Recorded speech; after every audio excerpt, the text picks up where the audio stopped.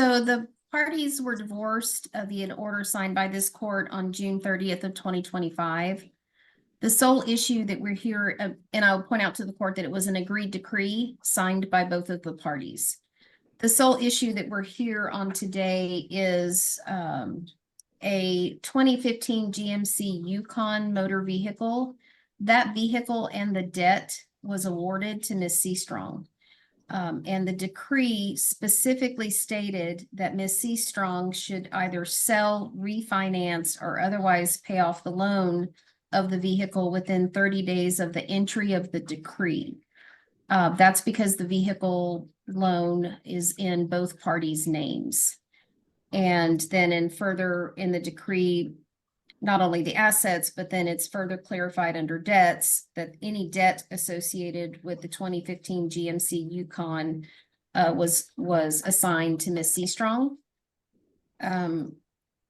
It also requires that Ms. Seastrong provide proof of sale, payoff, or refinance of the vehicle within 3 business days of that occurring.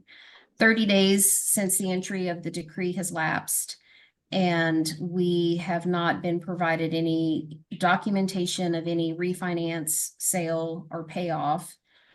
In fact, Ms. Reyes can attest that the vehicle is still showing up on her credit report. I had some post-divorce communications with Ms. Seastrong, which are respondents number 1, some email correspondence that's already been admitted before the court. And we proposed that my client take the vehicle and either pay it off or refinance it. And Ms. Seastrong would not allow her to have possession of the vehicle until it was actually refinanced or paid off. So we filed this motion. We're asking for one of 2 things.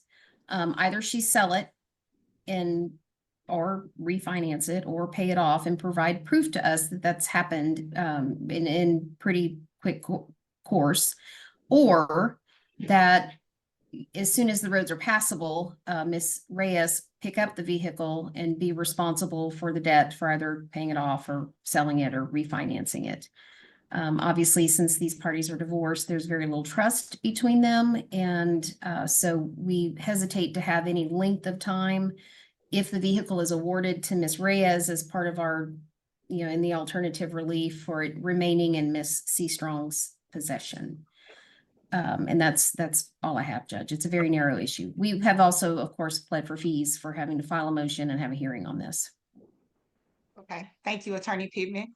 Ms. Seastrong, would you like to make an opening statement at this time? And it's an opening statement, so it's not technically you putting on any evidence. It's more so of you telling me what your evidence is going to show. Or you can waive it. It's up to you. Yes, ma'am. In the exhibits that I did show, it was between the emails between me and Ms. Pittman. I was trying to come up with a solution to resolve the car in the beginning. And so I wasn't able to do that on my part because the car was so upside down. It was worth more than the value of the car. And I tried to come to them with possible solutions of Casey trying to refinance the car, but they wanted me to give up the possession of the car with my name still on it. I let her know that I had just paid the other exhibits that I provided as well was the vehicle's in perfect standing. I'm not sure what's showing up on her credit, but it's in perfect standing. Again, I let them know that any positive solution to any of resolving this car, if she was to refinance in her name, I was more than fine with that. Except I didn't want to have her having the car under my name. So it's kind of the same thing, her taking the possession of the car, me not having my name on it because still be on the vehicle. So it's I had in my exhibits, I guess, that Ms. Pittman threw out or objected to, was where I went to refinance, tried to refinance. And Your Honor, I'm going to object to that as to hearsay. And this is, again, this is opening, and that is not an exhibit before the court. Okay, sustain. You can't reference an exhibit that's not before the court. And, as I stated to you, this is not evidentiary. This is more so you just telling me what your evidence will show. Because you don't want to go into testimony yet. This is just an Okay. opening statement. Well, that's it. I did try to refinance the car. I wasn't on the other Zoom, so I didn't know that it was those exhibits were out. I apologize. No, it's okay. You represent yourself, so I know you may not understand the full process of it. Does that conclude your opening statement? Yes, ma'am. Okay. All right. Attorney Pittman, you may call your first witness. Thank you, Judge. I will call Denisha C. Strong. Okay. Go ahead. Miss C. Strong, state your name for the record, please. Denisha C. Strong. And you were previously married to Casey Reyes. Yes. The divorce decree was signed by the court on or about June 30th, 2025, correct? Yes. And you signed that as approved and consented as to both form and substance, correct? Yes. In that decree, you acknowledge that you were awarded the 2015 GMC Yukon, correct? Yes. And that vehicle has a debt associated with it? Yes. Is that Yep. debt held by Wells Fargo? Yes. And the debt, you and Casey were co-borrowers in connection with that debt, correct? Yes. The decree also assigns the debt associated with that vehicle to you, correct? Yes. The decree requires that within 30 days from the entry of the divorce, that you either sell, refinance, or otherwise pay off the loan of the vehicle. Is that correct? Is that what the decree says? Yes.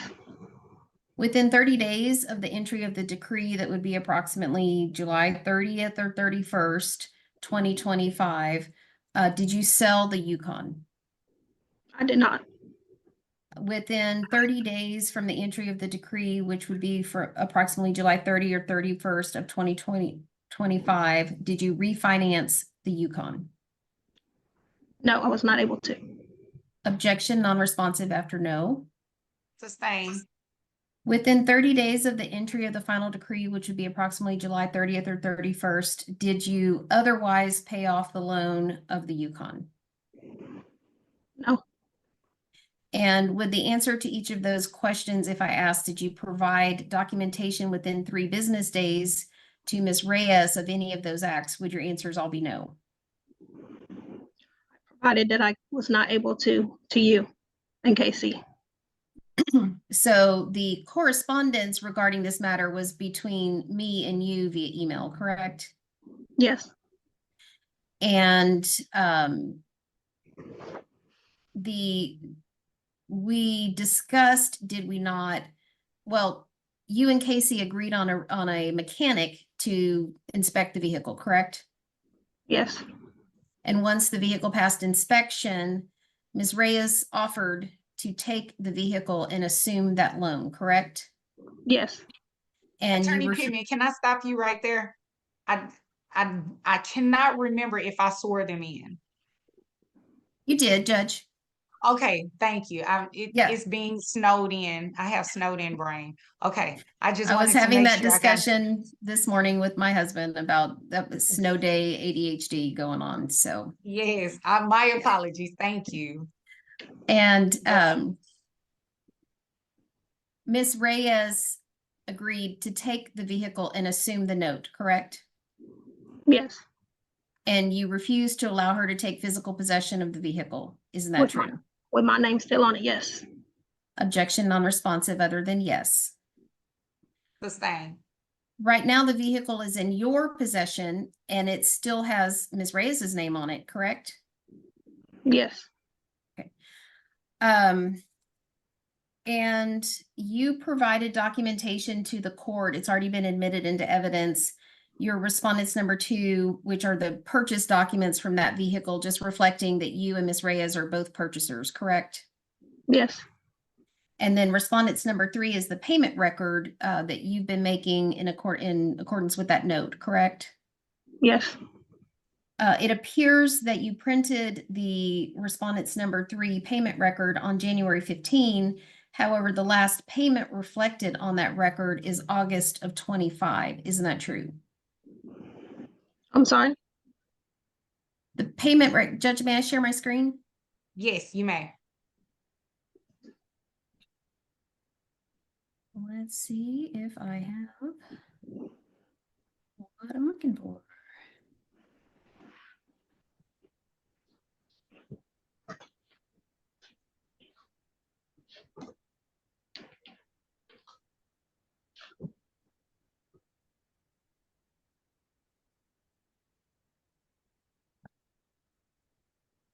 Apologize, Judge, I've got to find the document.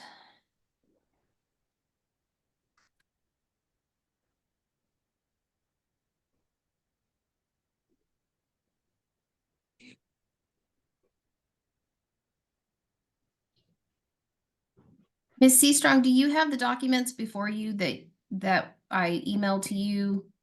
Exhibits, your exhibits 1, 2, and 3?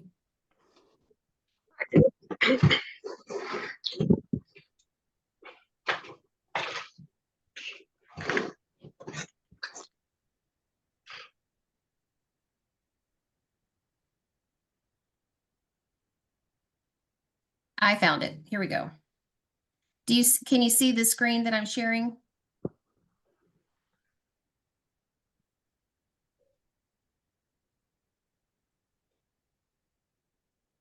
Ms. Seastrong, can you see the screen that I'm sharing? Yes. Do you recognize this as the payment summary that you submitted into evidence? I had all the way up until January that I submitted. Okay, I will represent to you that the only payment documents I received ended at August of 2025. Is it your testimony that the note on the Yukon is current? Yes, the note is current as of today. Yes, all the way up until the payment. The last payment I submitted is January 18th. Your Honor, I don't have any further witnesses for any questions for this witness. Okay. All right. So typically, Ms. Seastrong, well, never mind. Attorney, you may call your next witness. Thank you, Judge. I'll call Casey Seastrong. Okay. Reyes, I apologize, Casey. That's okay. It's the All snow right, down. you may proceed. Casey, state your name for the record. Casey Reyes.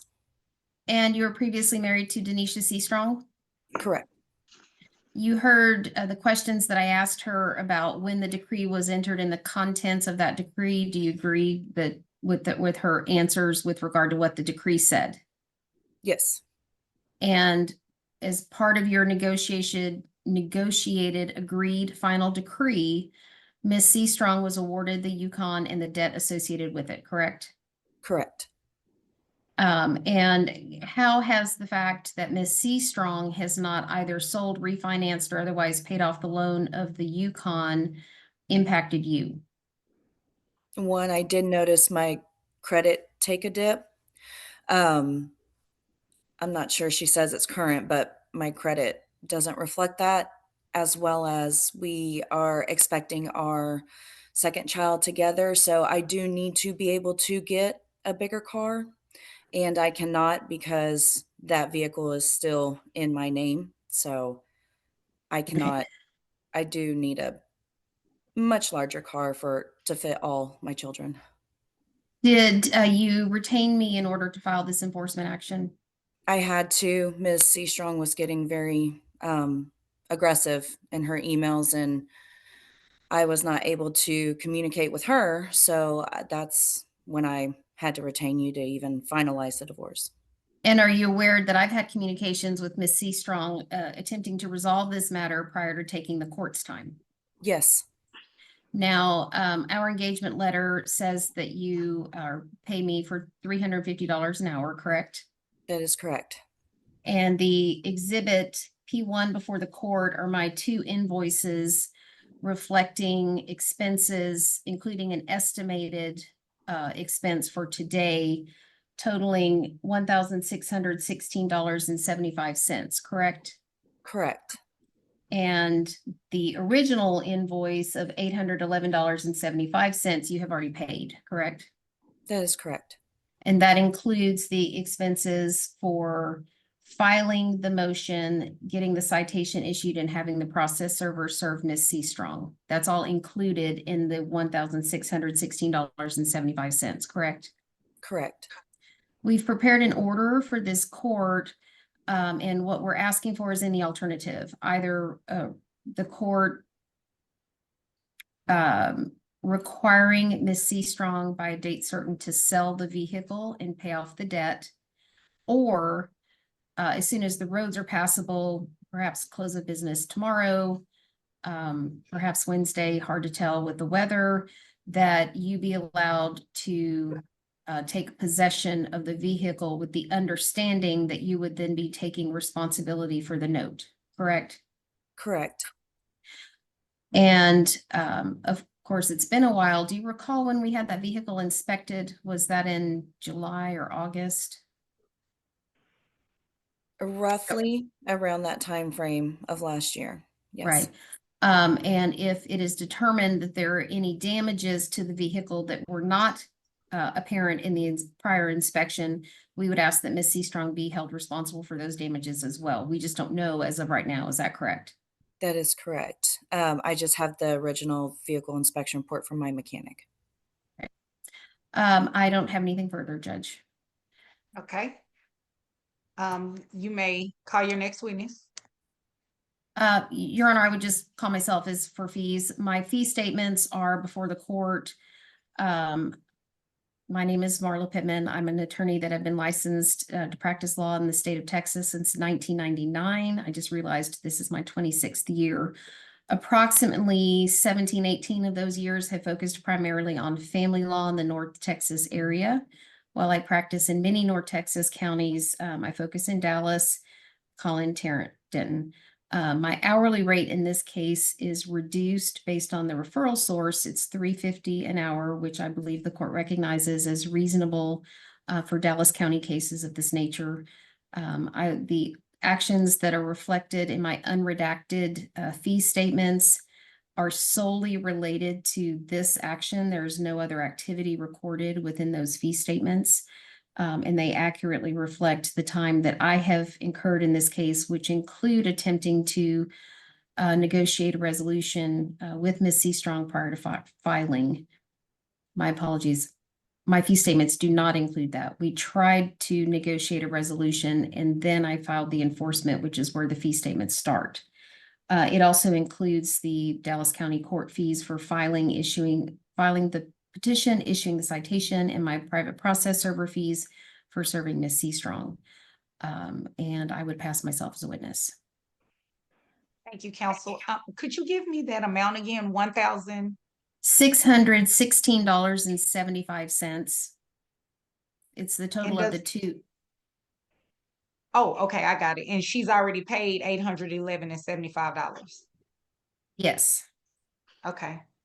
And the $1,616.75 amount, does that include an hour for today? It includes 1 hour for today. Okay. I Thank you, included counsel. that in the second invoice as an estimated, but yeah. I wanted the Okay. invoices to try to be complete. Understood. Thank you. Do you rest? Yes, Your Honor. All right. Okay, Ms. C. Strong, this is now your opportunity to call any witnesses that you may have. Like I said, you can call yourself. You can call yourself as a sole witness. You can also ask Ms. Reyes some questions. Just be mindful of the objections that Attorney Pittman could make, okay?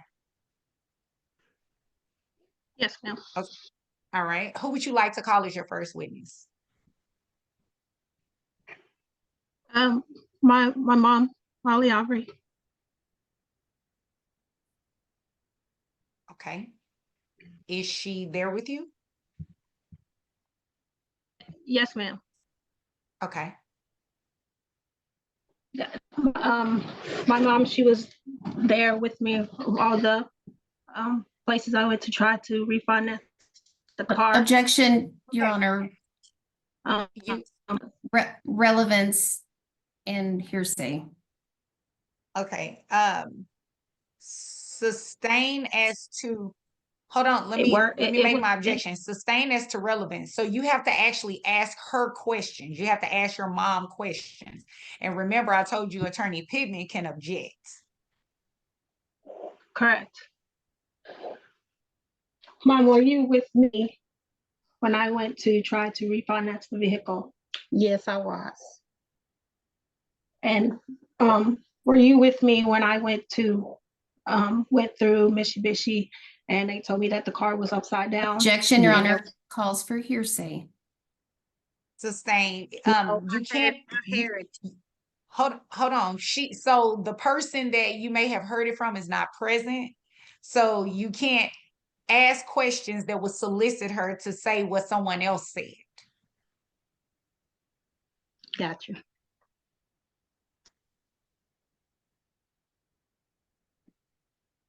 Okay. Okay. My mom, did she saw the exhibits that I presented Yes. showing proof of all the places I went to get the car refinanced? Objection, Your Honor, referring to an exhibit that's not in evidence. Sustain. Correct, And may Your I? Honor, there isn't anything I this ask a witness, question? I So would the- object, there isn't anything Hold that on, this. hold on, Miss C. Strong. One second. She's trying to make an objection. Go ahead. I would object as to relevance for, I mean, there isn't anything that this witness would be able to offer that wasn't hearsay based on the evidence that's before the court. She wasn't a party to the divorce. She's not a party to the transaction. And I would just object to any testimony from this witness. Okay, Miss C. Strong, in response to her objection about any relevant information that your mother would have, how do you respond to that? I actually have a question about the because I wasn't on the Zoom, so that I have, so with the exhibits that I provided, that Miss Pittman objected to, did I not have a say in the exhibits that I presented to the court? Okay, so that's a different question. That's more of a question to ask me. I'm going to sustain her objection. So essentially what she's saying, the underlying court order that's between you and Ms. Reyes is Mhm. between the two of you. So any additional, anything that's in that court order, you and Ms. Reyes were ordered to do it. And because of that, anything that's outside of that does not go to the heart of the whether or not the Yukon was sold, refinanced, or paid off, it wouldn't be relevant to this type of motion. A motion for enforcement is very technical. So it's only talking about the underlying order itself. Does that make sense? Yes, ma'am. Yeah. So your in terms of your mother, she wouldn't necessarily be able to give any evidence to support why you didn't sell, refinance, or pay off Oh, got it. Yes, the ma'am. truck. Does that make sense? Yes. Okay. Well, thank you, Miss Ivory. It was nice to meet you. It's nice to meet you, Judge.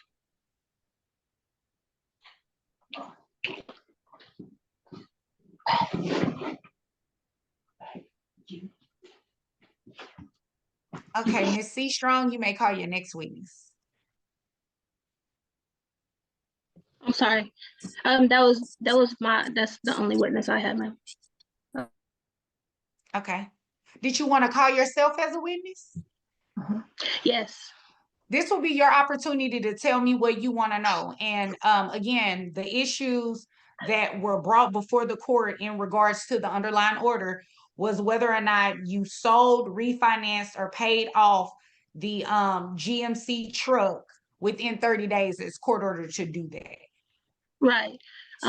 That's what, like I was saying, the exhibits that I provided, which I didn't know which ones that got received besides what Ms. Pittman has sent me. The exhibits that I provided was showing, I had a whole bunch of exhibits of the places I went to try to get it refinanced. And I'm going to object, Your Honor. I recognize that Ms. Seastrong wasn't in the exhibit conference. However, I objected to those other exhibits as to hearsay, and those objections were sustained. Okay, so I'm sustaining her objection she just made. Remember earlier I told you you couldn't refer to a document that was not in evidence? Right, so I'm saying like the documents that the exhibits that I provided, I wasn't able to, I wasn't able to present my evidence. Right, because she objected to them, and Judge Lee sustained that objection, which means that they weren't brought into evidence, so you can't even refer to them. Is there a reason why, if they would pertain to the car? Because they all pertain to the car of the different dealerships that, and banks that wasn't able to refinance the car. Okay, so the simple answer to that is because the law says I can't do it. The Texas Oh, Rules of Civil Procedure, yeah, they don't allow me to consider anything that's not evidence. okay. You may proceed though. Okay, so I did all I can. I was just trying to get positive solutions with this whole car. I don't have any objections to Casey taking the car, long as my name is not still on the car, as that's what she wants as well, for the car to not, for her name not to be on the car. I've done paid more than half of the debt of the car. I did show that in one of the exhibits. It's like over 30,000. Now it's at 12,000. I can show the current balance that it's 12. Right now it's 12,600 that I owe left on the car. And in case it's just I'm more than happy for her to take over the rest of the car, refinancing in her name, just long as my name is off, is what I would like to happen today. It's just me. I don't need that big of a car. I'm not fighting her on the car. I'm more than willing to give up the car long as my name is not on it anymore. Okay. So if I'm hearing you correctly, the two options were for you to sell, refinance, or pay off, or allow Miss Reyes to take it over. Are you saying, with what you just said, are you saying that you're not opposed to the second option of Miss Reyes taking it over? No, I'm not. Yeah, I'm okay. I'm not opposing that. I'm more than willing to give her the big, as long as my name is not on the car anymore. I'm open to her just taking the rest of the amount due on the car by refinancing it in her name, because I wasn't able to do so. Okay, so that means that she can pick it up whenever, the roads are safe. With what my name is still on the car. Well, if you give it to her, then she will have to completely take it over, meaning that it would have to be refinanced, your name be removed off of it. Right, but shouldn't she refinance the car first before taking possession of the car? Well, it doesn't kind of work like that, because in this particular situation, it was awarded to you. Right. So the court order as it stands is for you to do it. I can't change that. You and Ms. Reyes can agree to do something in the alternative, which is why Ms. Reyes today is asking that as an alternative. So in order to get her to take over the payments, you would have to give up possession of the car and let her refinance it. From what I'm hearing, it doesn't sound like she wants you to be on the car anyway when she takes it over. Right. And that's correct, Judge. The issue with my client taking the car was, as Ms. Seastrong just stated, she was refusing to allow Ms. Reyes to have possession of the car until she could show that it had already been refinanced, and that's not possible. Yeah. You understand that, Ms. Seastrong? Yes. Okay. So, but what if she do take the car and she can't get it refinanced as well? That's a good question, Attorney Pittman. I can draft an order that would require sale of the vehicle if it can't be refinanced. And how will I know? Because the order will require us to provide you documentation, just like the decree required you to provide documentation. Okay. And I'll sign the order, so that makes it official. Okay. Okay. All right. So Attorney Pittman, did you have any questions for Ms. C. Strong? Don't, Judge. However, my order that was previously submitted to the court does need to be revised. I originally thought that it would be an in-person hearing, so it has references to appearing in court, which obviously needs to be changed. And then I just need, I would propose that my client be able to pick up the vehicle by close of business on Wednesday, just to be sure that the roads are clear. And then allow her the same 30 days that Ms. C. Strong had to either refinance or sell the vehicle and provide that documentation to Ms. C. Strong through me. And the only other thing we would need is a ruling on the court with regard to fees. Okay, so this is what the court is going to do. I'm going to give a little cushion just in case there are some, still slippery conditions on the road, and by Wednesday, I'm going to say by Friday. I think Friday would be the safest to do. So Ms. C. Strong, I'm ordering you to deliver possession of the vehicle to Ms. Reyes. Do you all know where, or is there a problem with you dropping the vehicle off to her home? Oh, our preference would be, Judge, they previously used a mechanic that they both trust. I think his name is Bobby. Okay, so And we my can do that. preference,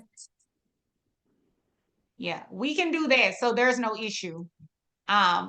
We don't want to create an issue where there doesn't need to be one. So whatever the address of Bobby, and we need his first and last name just for enforceability purposes, and wherever the address is, put that in the order. That's where you all will exchange the vehicle.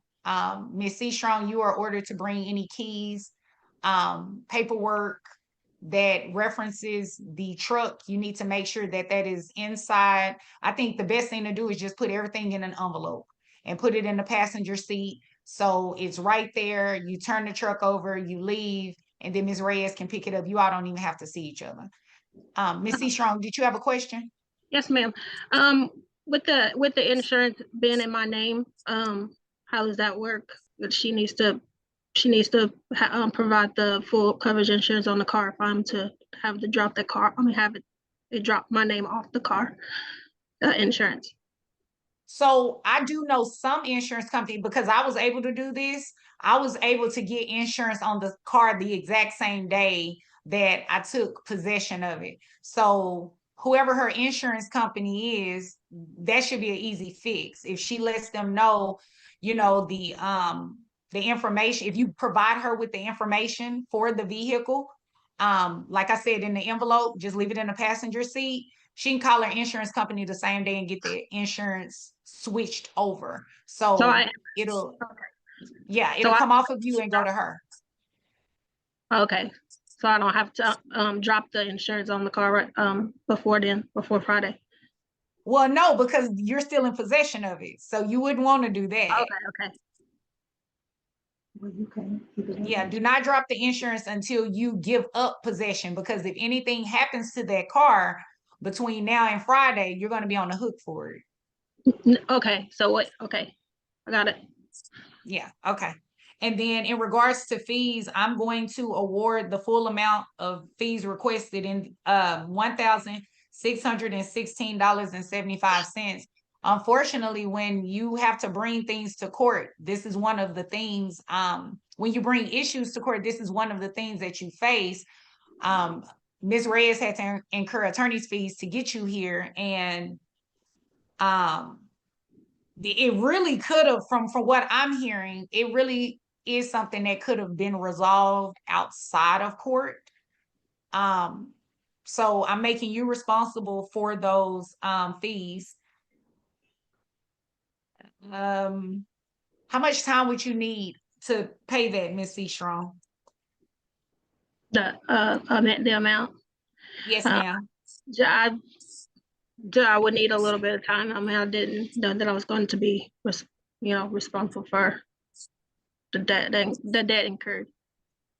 Yeah, and like I said, on any motion, really, when you come to court, you run the risk if it was something that could have been resolved outside of court, you run the risk of being responsible for the other person's fees. And I can give you some time. You just, Attorney Pittman? I was just gonna say, Judge, that Ms. Seastrong was paying $465.56 a month towards the Yukon. And she will no longer be paying that note, and so there will be some extra money there to go towards fees. I'm just to point that out to the court, because my client will be taking over the note. Okay. I mean, All that's right, just, so that's your opinion. Like I said, even though, because the debt that I carried over this whole divorce, I have more debt than that. So Ms. Seastrong, to my question, how much time do you need? yes, ma'am, I do need a more time to make the payment. When you Through- say more time, 40, give me a time, 45 days, 60 days? 60 days. Yes, ma'am. Okay. All right, so today is January 26th. So let's just move it over to, well, I want to do it on April 1st because I don't want you to April Fool's joke on Attorney Pittman, okay? So we're gonna do April the 2nd. That's when your fees are due. Now, that doesn't mean that that amount, you have to pay it in one lump sum. If you wanted to make a payment in February, if you wanted to make a payment in March, you can do that as long as the full amount, $1,616.75 is paid by April 2nd. You will still be in compliance with the order, okay? Yes, ma'am. And that needs to be by cashier's check or money order. So that way Attorney Pittman can have the receipt of it, and you can have a receipt for your records as well, okay? And where do we be paid? Yes, ma'am. And where do I make the payment to? You will make It'll be it, in the, oh, go ahead. I'm sorry, Judge, I was just gonna say that information will be set out in the order. Yes, it will be in the order, but just so you know, it will go directly to Attorney Pittman. She will provide you with the contact information that you can make the payment to. And I think it was something else I missed. The refinance for Ms. Reyes need to occur within 30 days. Right. All right. Is there anything further for the order? I mean, for the record? That's all I have, Judge. Thank you. Thank you all. And I'll be looking for that order, and Ms. Seastrong and Ms. Reyes, when I get it, I'll sign it. And then you all just do what you have to do on Friday. Okay. Thank you all. Stay safe and be Thank warm. you, Judge. Are we Thanks, dismissed? Judge. Are we Yes, excused? you're excused. Yes. Yes. Well, Bye-bye. bye. I may have followed the motion for contempt. I don't practice typically in family court, so motions to enforce are not something that is a typical part of my practice. In reality, what I'm trying to do is enforce two court orders entered by this court to pay the receiver that's been ordered by the court for services that were provided as he was appointed by this court. And the outstanding balance is currently about $38,000 to be paid by him. And the court issued two separate orders, one for $9,100, one for $29,622. And I'm just seeking to enforce those orders, and have had to incur, my client has had to incur legal expenses in trying to enforce those orders. Your Honor, I never intended or thought that the court would throw either Mr. or Miss Leyden in jail for this. And I'm just in trying to get my client paid, which he's rightfully due, and owed this money as ordered by the court. Okay. Thank you, Attorney Reed.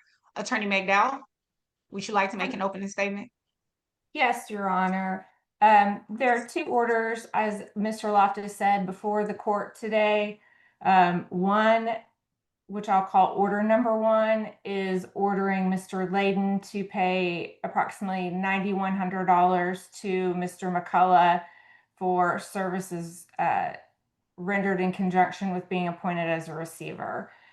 Order number 2 is ordering petitioner, and I'll use that in terms of the divorce. In the divorce action, petitioner is Rachel Leyden, and the respondent is my client, Mr. Brian Leyden. And in that second order, order number 2, it is ordering petitioner and or respondent to pay the approximately $29,000 to Mr. McCullough, who retained a third party, Janet Forensic, to do forensic accounting work in conjunction with the receivership. Our position, Your Honor, as outlined in our brief, is one, it's not enforceable by contempt because it's a failure to pay a debt.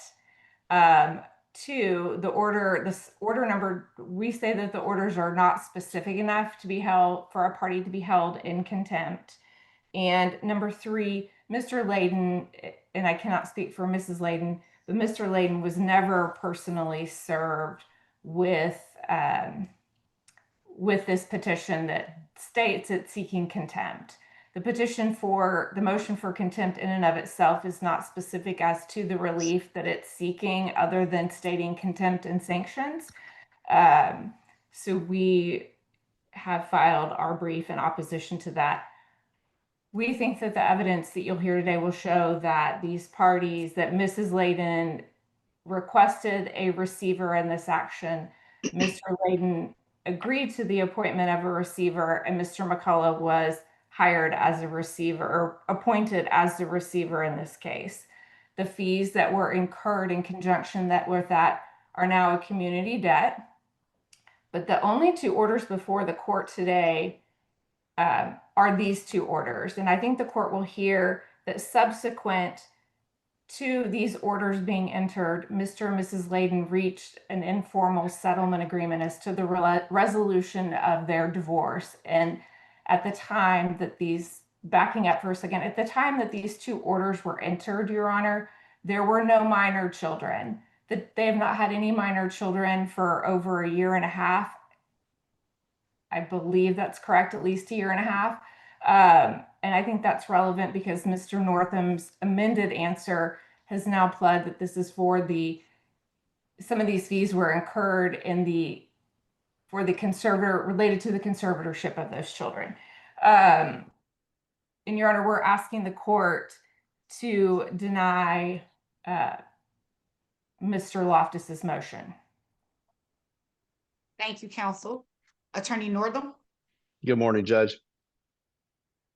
Judge, while I am in favor of Mr. McCullough and his firm being paid the fees that they are due for work that they did, that was quality work, I have to join Ms. McDowell in her complaints about the form of the motion and how it's presented here to the court. I believe you are going to hear and see that there are procedural defects of this motion that should require Mr. Loftus to replead, given the nature of the relief that he is requesting.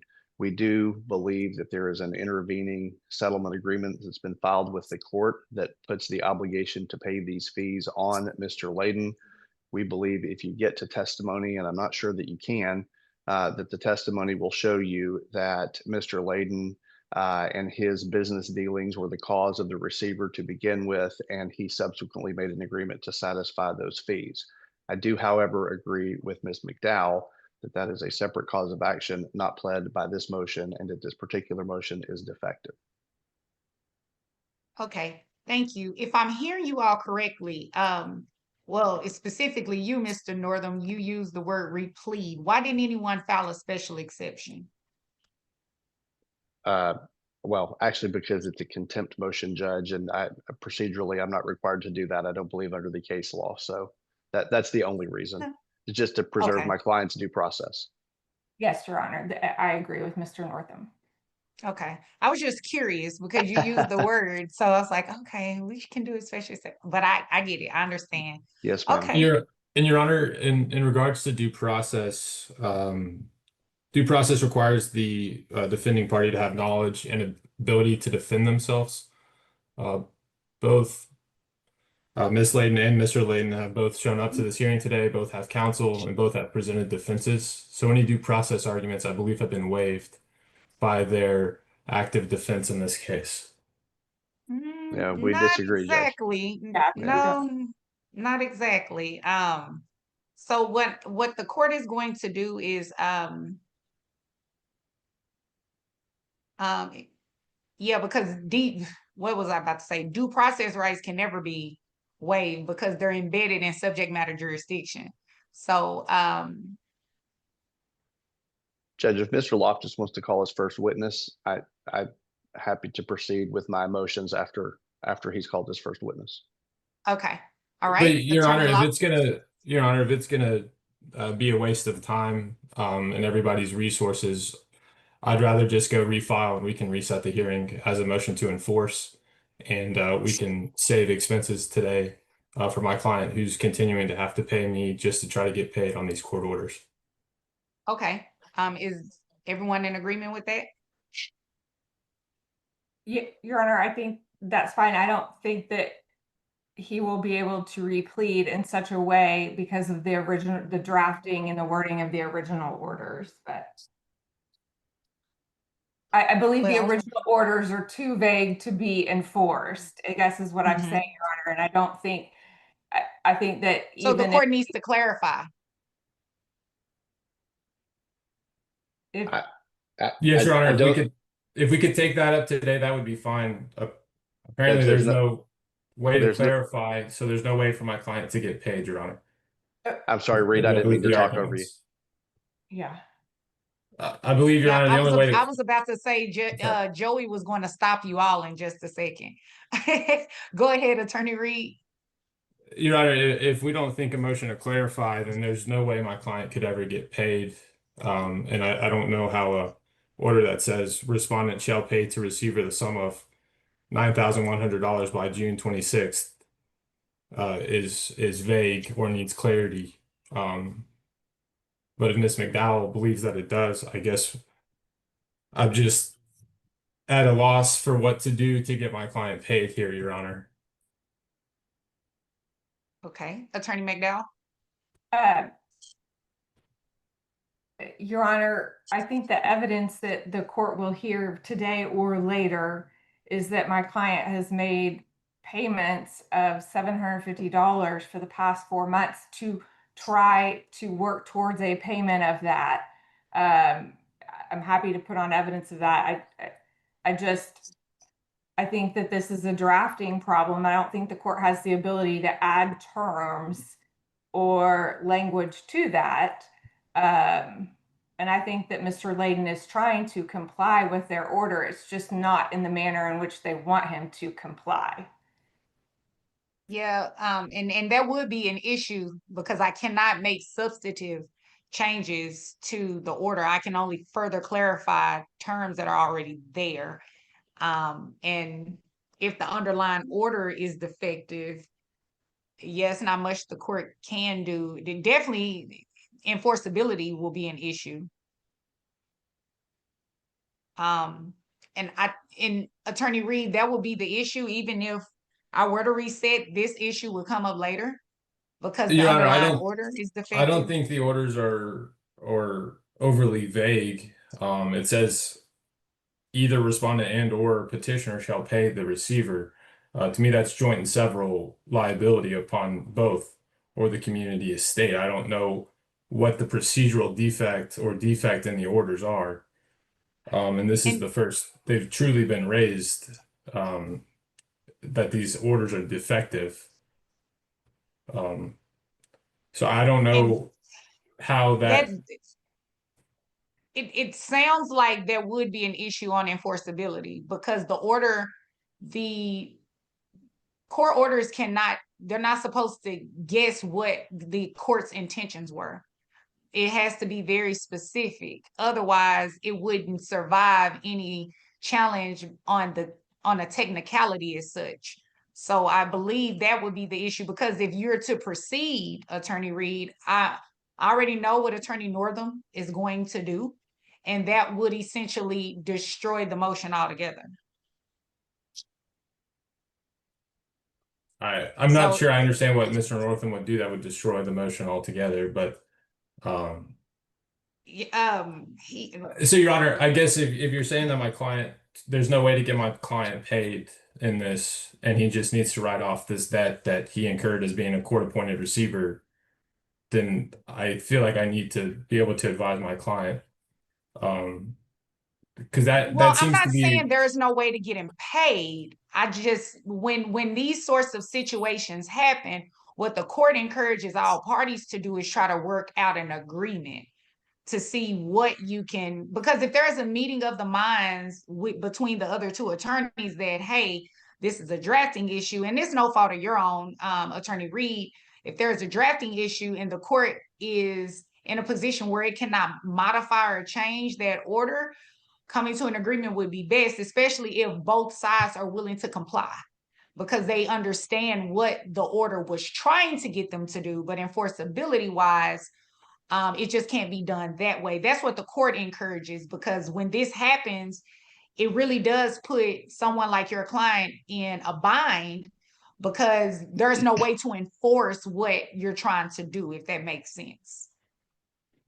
I understand the court's position, Your Honor. So I guess Attorney Reed, how would you like to proceed? Would you and counsels like to convene and have a meeting, or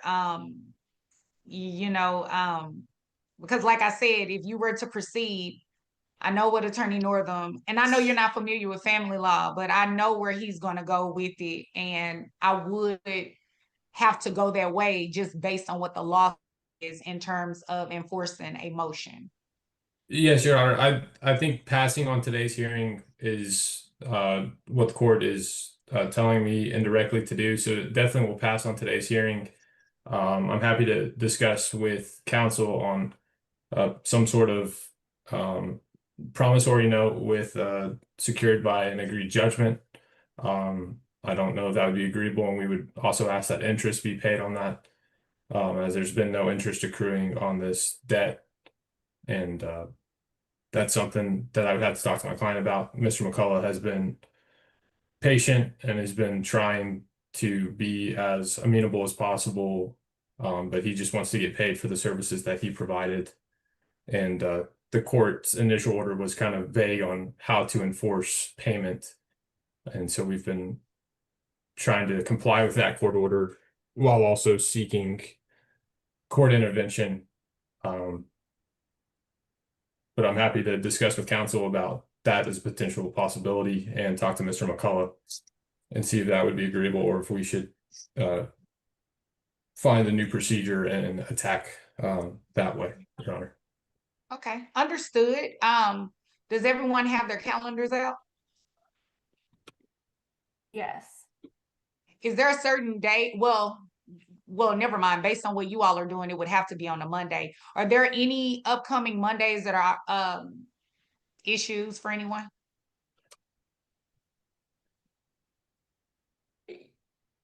Yes. Depending on what Monday, Your Honor. Well, just tell me which ones you are not available. Okay. Currently I'm not available on the 2nd. Or the 9th. Let's see. And in the 23rd. Trying to do some college visits. Oh, I understand. Not So for the me, 16th. but I'm a senior, yeah. Okay, all right. And Judge, Attorney I've got Reed, Attorney I'm- Northam. I'm sorry, Judge, I've got another enforcement hearing already previously set on the 16th. Okay. So let's go to March. Sorry. No, that's fine. That's fine. I know everyone's schedules are different. And Attorney Reed, you can chime in at any time. Does March 2nd, 9th? Wait a minute, before I say that, the court's calendar too. Brittany, what do we have for March on Mondays? Judge, on March 2nd, I'm set for a trial up in Lamar County, so I'm not available that day. Okay, hold on 1 second. She was telling me, what did you say, Oh, Brittany? sorry, Judge. Okay. 316 available. Okay, March 9th and March 16th. And you said you're not available when, Attorney Northam? The second, Judge. I am available on Okay. the 9th. Okay. I'm Is everyone available on the 9th? I'm available on the 9th, but not the 16th. I'm available on the Okay. 9th as well, Your Honor. Okay. Your Honor, I'm not available on the 9th. I'll be traveling for work in Central European time, so it'll be difficult for me to get on a call. Okay. Okay, we have April the 6th.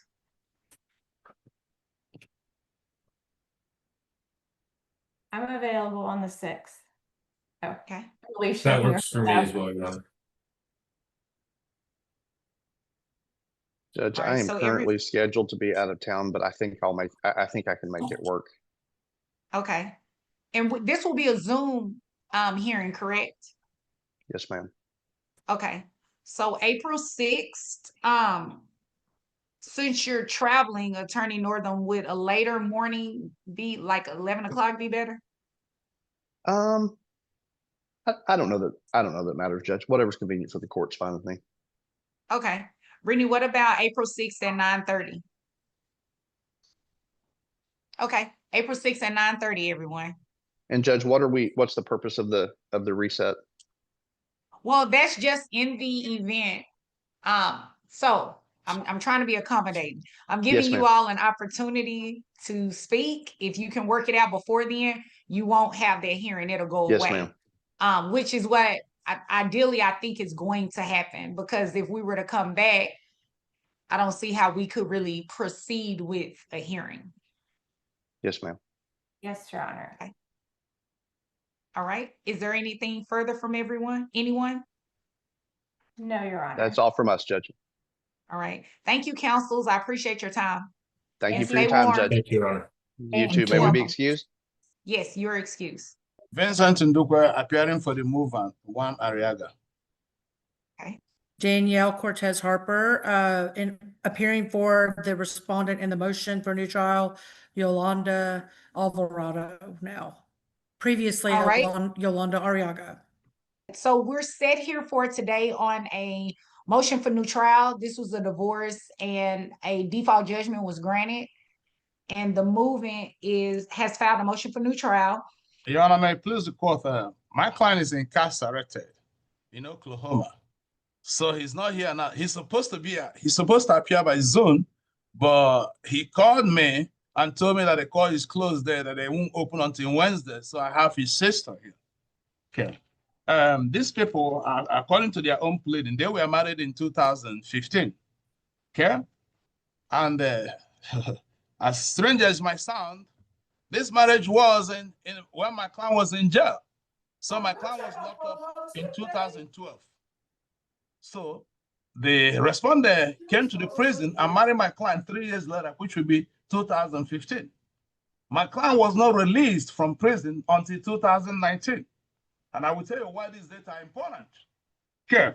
Subsequent to that, my client was arrested again in April 2025. He was arrested in Oklahoma for the charge in Texas, and he was brought back to Oklahoma 2 days later in April of 2025. My client was locked up in jail in Texas from April 2025 until September 2025 when he was moved back to Oklahoma. You know, Attorney Ndukwe, you're going in and out. Okay. Okay. Your Honor, I'm going to object to him testifying as to facts. There's no affidavit attached to. I'm giving the this. court my general background. I can call your client testify. I got a Okay, but witness he's not here. there. You just said he's not there.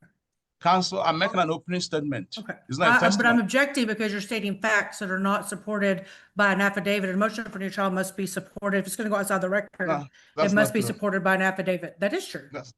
Okay, That is so true. you all are not going to argue back and forth and speak over each other. She's making an objection. From what I'm gathering is that you're testifying to facts that are not in evidence. And this is your opening statement. So I'm going Yes, to Your Honor. sustain her objection and just state what your evidence is going to show. Okay. My evidence will show that my client was locked up in 2012 and he was released in 2019.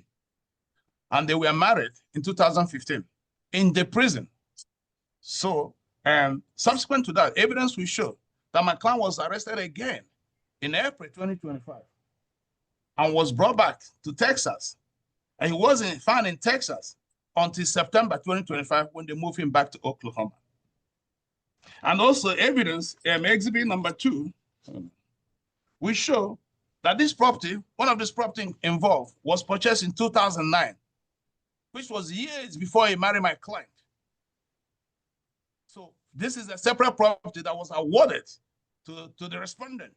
And they will share, they will try to tell you, oh, there was I'm going to object again as to him I'm making stating facts that are not into evidence. Counsel, I hope, Judge, I hope you're not counting my time against me because I'm telling you what evidence we show. Okay, so when you're Attorney Ndukwe, I don't know what's going on with your microphone, but it's going in and out. So I'm not even catching everything that you're saying, but just tell me specifically what your evidence, the evidence that you submitted, the deed. Okay. The deed, submitted, just tell me what it's going to say. exhibit number 2, which is the deed, we show that the property was purchased in 2009, which will be about 7 or 8 years before the marriage. And their own evidence, exhibit number 2, they will try to fool the court. It will show that there was a deed of trust for the same property in 2017.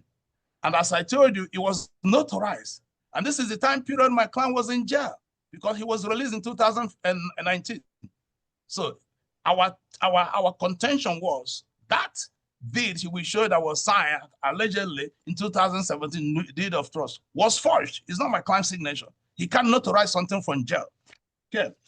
Thirdly, exhibit number 1. Judge, you can hear me. Is it still cutting off? No, I can hear you. I'm just taking notes. Okay. Exhibit number 2, which is most important of evidence in this case, it will show that that my client was never served. If you look under exhibit 1, 2, 3, 4, line 5, line 5, we show it was served. The petition for the divorce, that the basis of this lawsuit was served an officer, Angela Palacio. Well, I checked in the court system. There is no order for substitute service. So that allows somebody else to be served on behalf of my client. But Judge, but more shocking, my client wasn't even in Oklahoma in June 2025. My client was in Texas.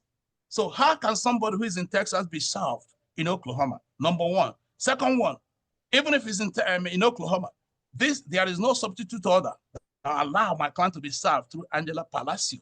So my client was not served.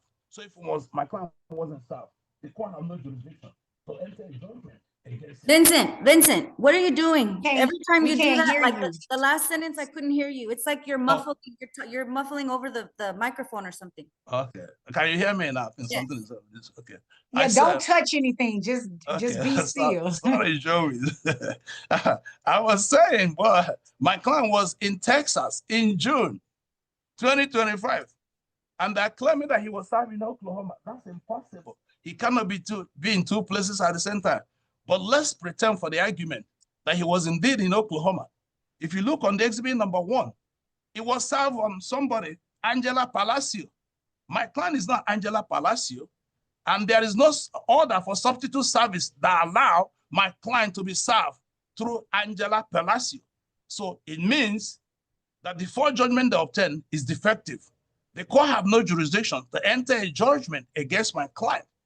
Therefore, I cited, since we have only 15 minutes, I cited the case law in my motion for new trial that does not allow a court to sign a judgment when somebody is not served. So my client wasn't served. So we asked the court. We can't hear you. Oh, okay. Can you hear me the now? court cannot not allow someone to be served. The court cannot allow a judgment to be obtained on somebody that was never served. So we ask the court to set the judgment aside and grant my client a new trial. Thank now, you. I'm going to call my witness. Excuse me, I would like to make an opening statement as well. I didn't hear what you said, Attorney Ndukwe, but it's He said he was going Harper time. to. Yes, thank you, Your Honor. And I'll try not to yell. I'm not mad at you. I'm sorry, I'm not yelling. I'm just emotional. I'm not yelling. I apologize. It's coming out that Your Honor, first of all, I would like to tell the court that the motion for new trial and the first amended motion for new trial are procedurally defective. A motion for new trial based on matters outside of the record must be supported by affidavits or other competent evidence. This one is not. There is no verification. There are no affidavits. There is no testimony. There's just argument. They allege non-service, lack of notice, mistake or accident, pregnancy, and separate property. Every one of those is an extrinsic fact. Without evidence, the court cannot grant relief.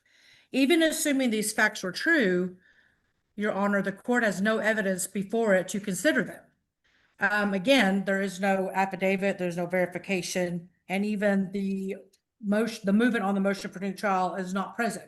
However, even if he was present, there should have been an affidavit of verification attached to the motion, considering they are claiming several grounds for a motion for new trial that are outside the record. And I'm not going to go into that in any more detail. However, with regards to the service arguments, Your Honor, to challenge service based on facts outside the record, defendant must present evidence. They did not. The return of service is in the record. The motion does not rebut it with competent proof. The return of service itself is prima facie evidence that the service was sufficient. I'm sure I'm not gonna have to go into too much detail about this, but according to Civil Practices and Remedy Code 17.029, the burden is not on Ms. Alvarado to prove the warden's designation unless and until the return is rebutted with competent evidence. And why I'm referring to Civil Practices and Remedies Code 17.029 is that lays out the service of an inmate who's in prison. And so the process server in this case does not require a substitute service. Each warden can designate the person who is going to accept service on behalf of an inmate. And in this case, that was Ms. Palacios, who is listed in the affidavit that is on file with the court. And at this time, I'd like the court to take judicial notice of the court's file and all its pleadings. Court takes judicial notice of the court's file. All right. Anyway, but with regards to that, the court does not add requirements that the legislator Dallas County courts, and even the Court of Appeals and the Texas Supreme Court rely on if service compliant is in compliance with the statute, due process is satisfied. There is no hand-to-hand receipt is not required for prisoners who are in jail under Civil Practice Remedy Code 7.029. That's why the steps are in there for service on a inmate, which the process was followed in this motion. Again, there's no magic words that have to be added into the return of service that say that there was hand-to-hand service of the document. And so for him to argue that there was no service and that substitute service was required, that is simply not true. And there is no family code statute that makes that requirement more stringent as well. In Harvey versus State, service on an inmate is valid when citation is delivered to the person designated by the officer in charge of the correctional facility as authorized by Texas Civil Procedure and Remedies Code 17.029. Personal hand-to-hand service on an inmate is not required. Again, that's Hall versus State, 14 Southwest 3D 844. There's another case out there, Henderson versus Department of Public Safety, 879 Southwest 2D 873. Service is effective when made in the manner authorized by statute. Actual receipt by the defendant is not required when statutory service requirements are not met. Opposing counsel is bringing up that there was no order for substitute service. Again, I would point out to the court that there are no affidavits on file making these allegations of defective service, which lack of notice and lack of proper service is something outside of the record and must be verified with an affidavit.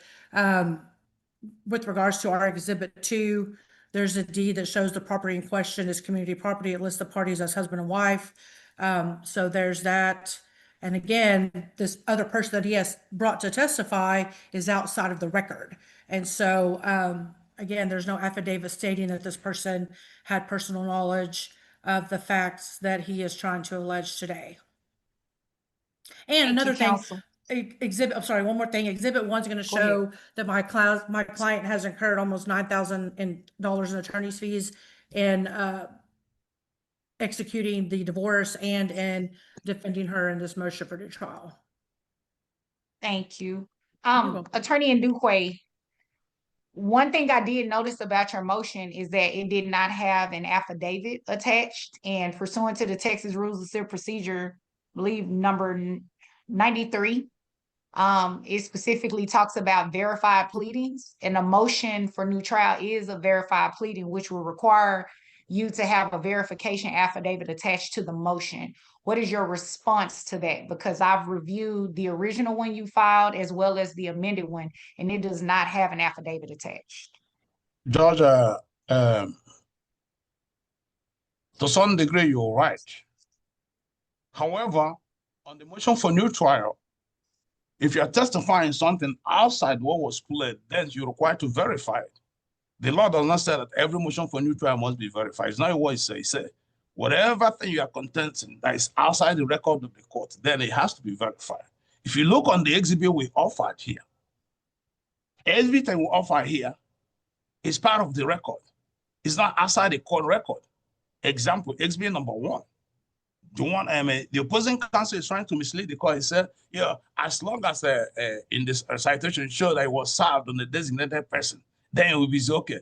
Okay. Yeah, it's the same testimony we're talking about here. He doesn't have somebody that will testify before this court that Angela Palacio was a designated person to receive this service.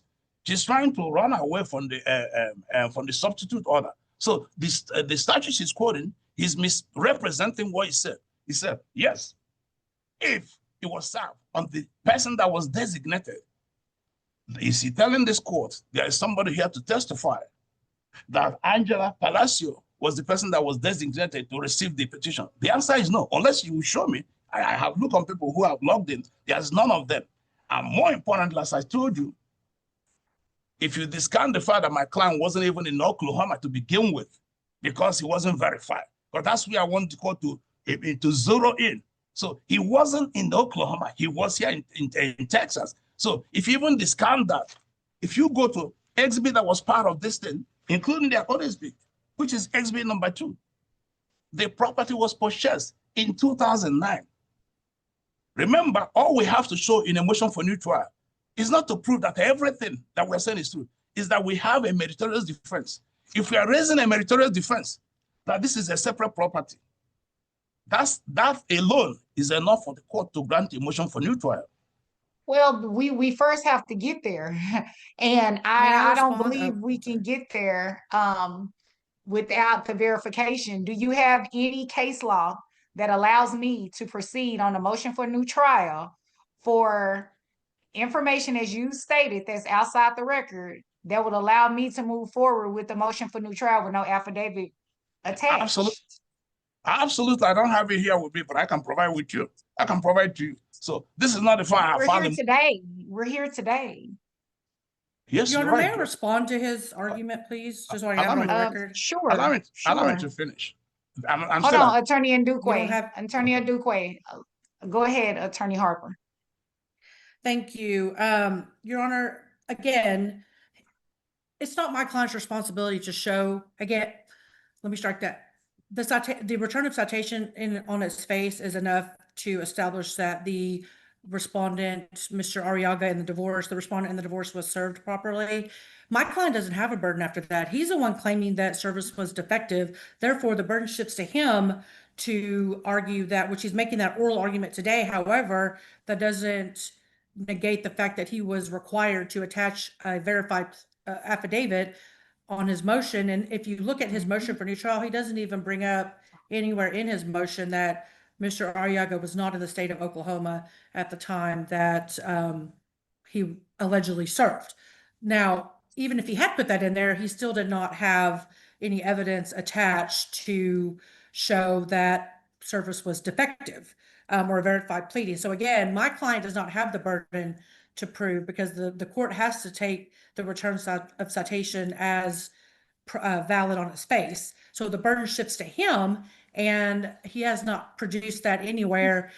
I mean, it probably wouldn't have been that difficult to get something from the warden of the prison to show who was the actual designated person to receive citations on behalf of the jail, and that could have been attached if there was a business records affidavit, or their testimony could have been secured for today's hearing.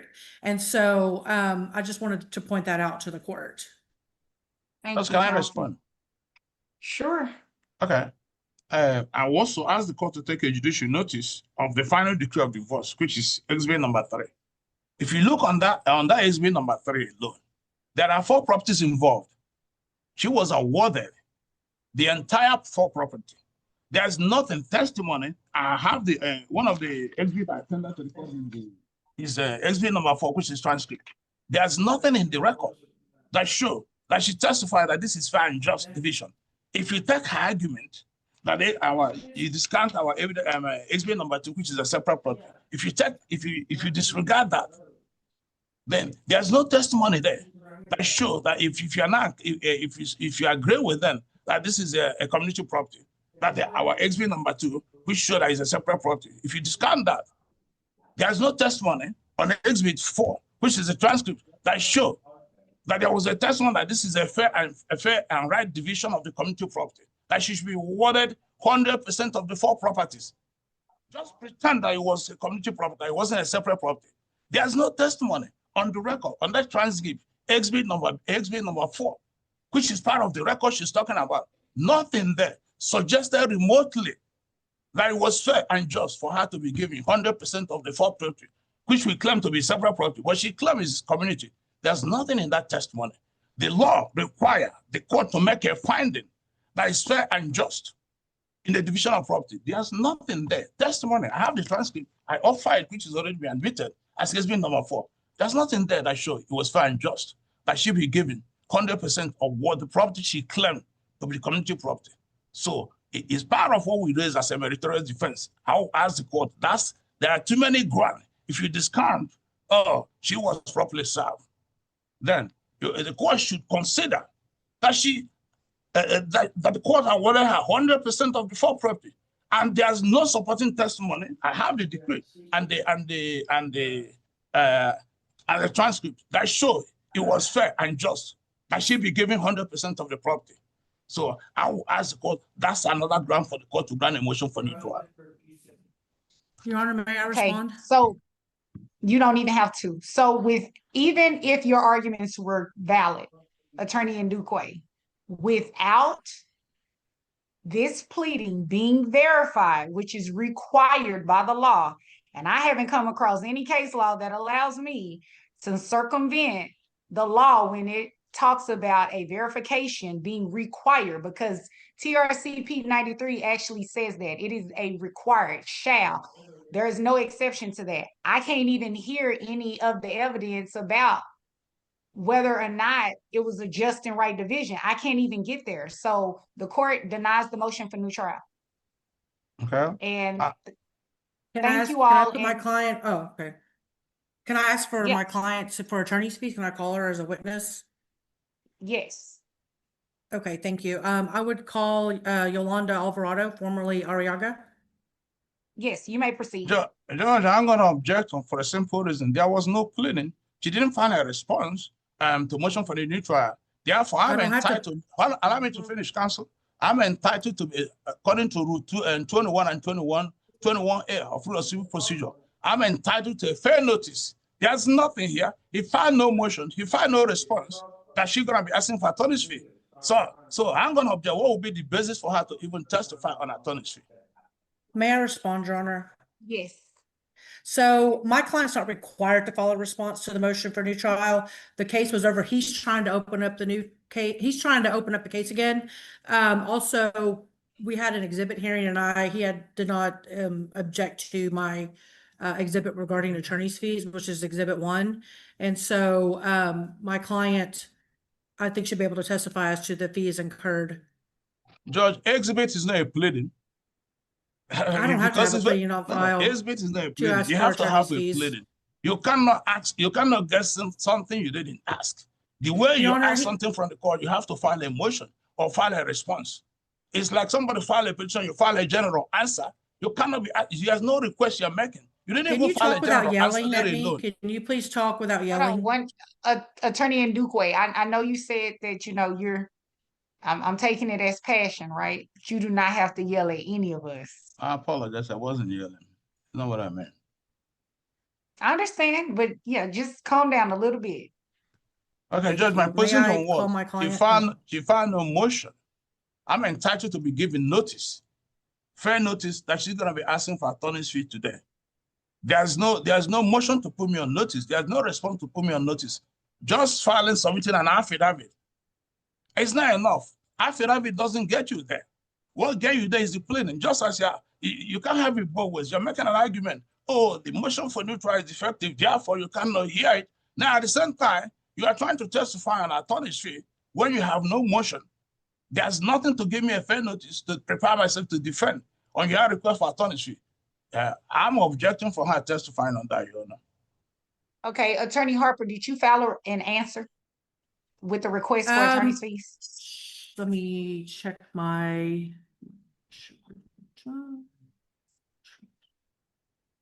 We couldn't have filed one because I you think I got filed a started. notice of appearance, Your Honor. Let me make sure though. Hold on. I have one more place to check. I'm sorry. Okay, you're okay. Now if in her notice of appearance, she put a request in there for attorney's fees, then the court can proceed with that. But Attorney Ndukwe, if you're saying it happened, then we already Your Honor, know to be honest with what you, I have to do by law.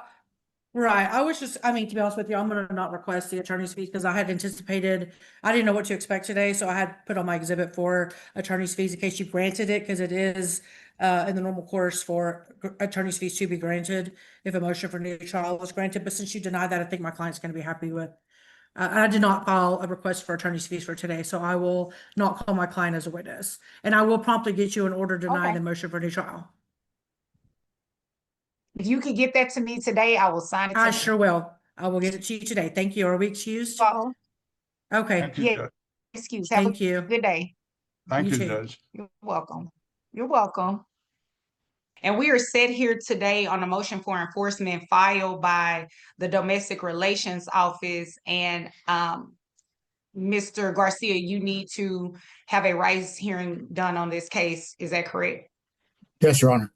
So, Mr. Davis, a Reyes hearing is to determine whether or not you are entitled to a court-appointed attorney. When you're facing a motion for enforcement, it's quasi-criminal, which means that the criminal component of it, if you're held in contempt, you could be placed in jail. And as a result of that, if the court finds you to be indigent, you are by law entitled to have an attorney appointed to you. Does that make sense?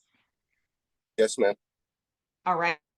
So Attorney Garcia is going to ask you a series of questions and you just answer truthfully, okay? Okay. Okay. Mr. Attorney Garcia, you may proceed. So, Mr. Davis, are you currently employed? Yes, sir. And who's your employer? It's a company called Rheem. RHEEM. Oh, the HVAC people? Yes, sir. Okay. And how long have you been with them? A little over a year now. Okay. And do they take out your taxes, or are you like a 1099 employee? They take out taxes. Okay. And how many dependents live with you? At the moment,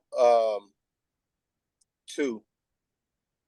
Okay. And are they biological children? Oh, I'm sorry, they're not my dependents. I stay with 2 other people. Okay. They're not my dependents. Okay. And do you rent or own the place you live in? Rent. Okay. And what's your monthly rent? I pay half, so right now I'm paying like around $700 a month. Okay. And ballpark, what do you bring home every month? Every month. I'm still in training for a new position right now, so I'm not allowed to get overtime. I'm only working 3 days a week, so around a little over 500 a week. 500 a week, okay. And can you ballpark your monthly expenses for the court? Um,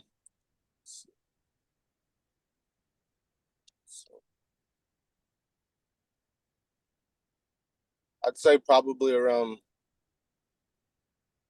300 bucks, 2 to 300.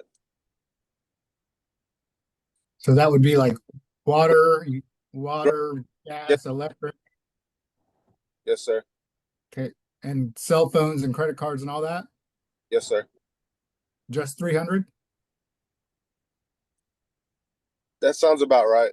3 to 4, possibly. Okay.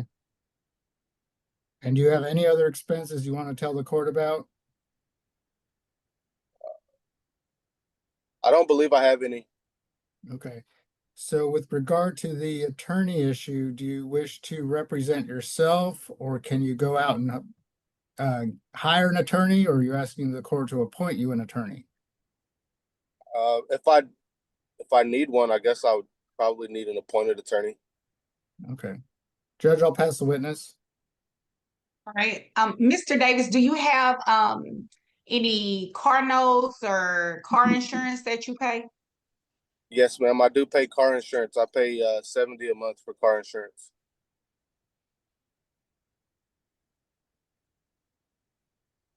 All right, was that included in the $300 to $400 a month for your expenses? I just kind of ballparked it. I mean, I can take the time to actually write down my bills if I need to. No, that's fine. That's fine. And as Mr. Attorney Garcia asked you, you don't have any other expenses than that. No, ma'am. Okay. So, Attorney Garcia, is there anything further? No, Your Honor. All right. So at this time, Mr. Davis, you actually make over what the statutory amount is for someone who would be considered indigent. So I would have to deny the request to give you a court-appointed attorney. However, you may proceed in representing yourself, or you can hire you an attorney, and I can give you time to hire you an attorney. I believe I'll be fine just to represent myself. Okay, all right. How much time would you all need on a reset?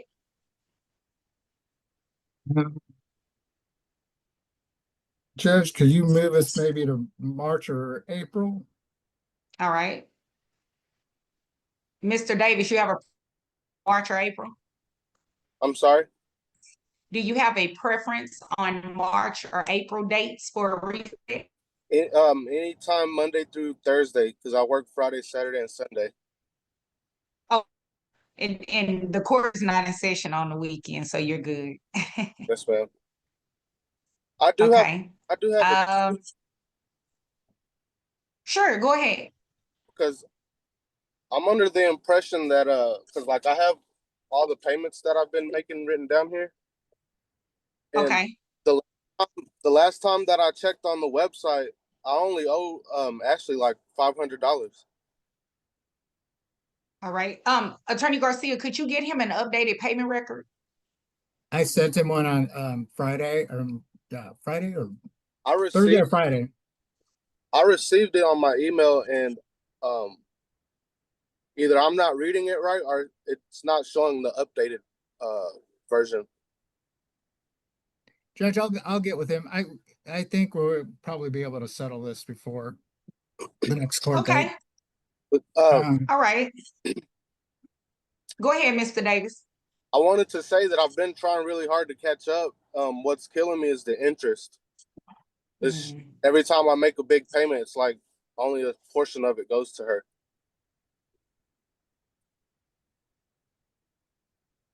The last time I checked, it showed that I owed her personally like roughly close to $600, and it said that $1,200 was owed in interest. Judge, can we stop Mr. Davis right here? Because we're getting into the case. And I don't Yes. want.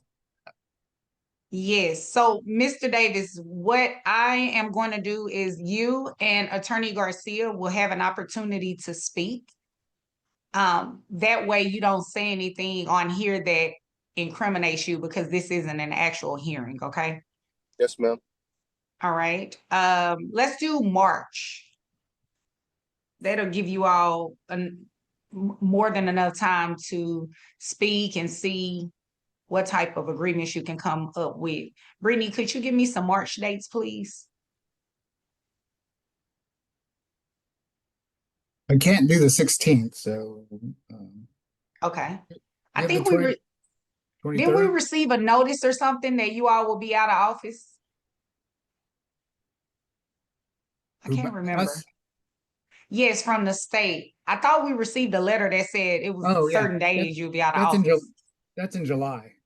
July, okay, all right. I'm too early. Yeah.